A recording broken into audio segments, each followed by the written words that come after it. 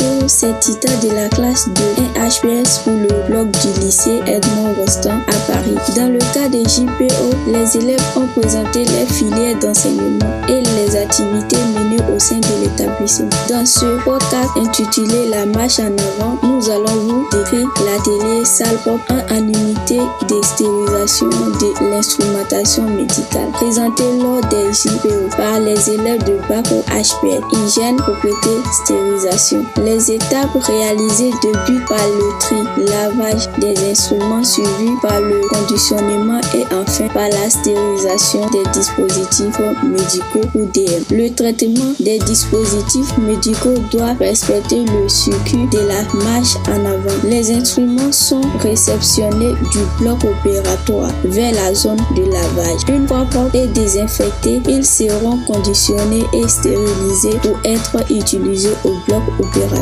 Cet atelier est donc sectorisé en zone de lavage, en zone de conditionnement et zone de stérilisation, stockage stérile. Un SAS permet aux élèves de faire leur habillage et lavage des mains pour accéder aux zones de conditionnement et de stérilisation. En effet, le titulaire de ce bac est un agent qualifié en stérilisation ou un chef d'équipe dans les secteurs d'hygiène et de la propriété.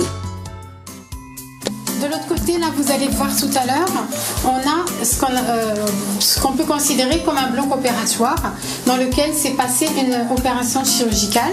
On a des instruments chirurgicaux qui sont contaminés, qu'on doit décontaminer, stériliser.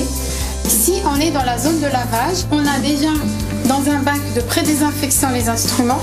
Donc ici, c'est un bac de désinfection, on fait le lavage manuel. Donc les instruments qui ont été utilisés en bloc opératoire, on les a laissés ici donc pendant 15 minutes. Ensuite, ça sera lavé ici avec une brosse, on les lave et puis on les rince ici.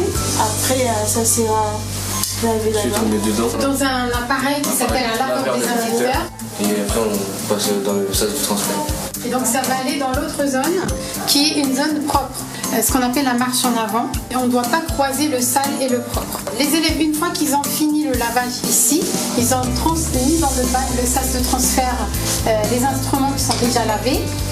Et on va dans le sas d'habillage. Les élèves, ils vont changer de tenue, ils refont le lavage des mains et ils accèdent à la zone propre. Ici, on est dans des zones qui s'appellent des ZAC, zones d'atmosphère contrôlée. Et le déplacement des particules, il est maîtrisé par le jeu de pression. Et donc, on va aller dans la zone de conditionnement d'abord. Une fois le matériel récupéré par le SAS, on le vérifie avec une loupe s'il n'y a pas de suivi, s'il y a absent de sang, absent de l'eau, et puis on vérifie si le matériel fonctionne bien.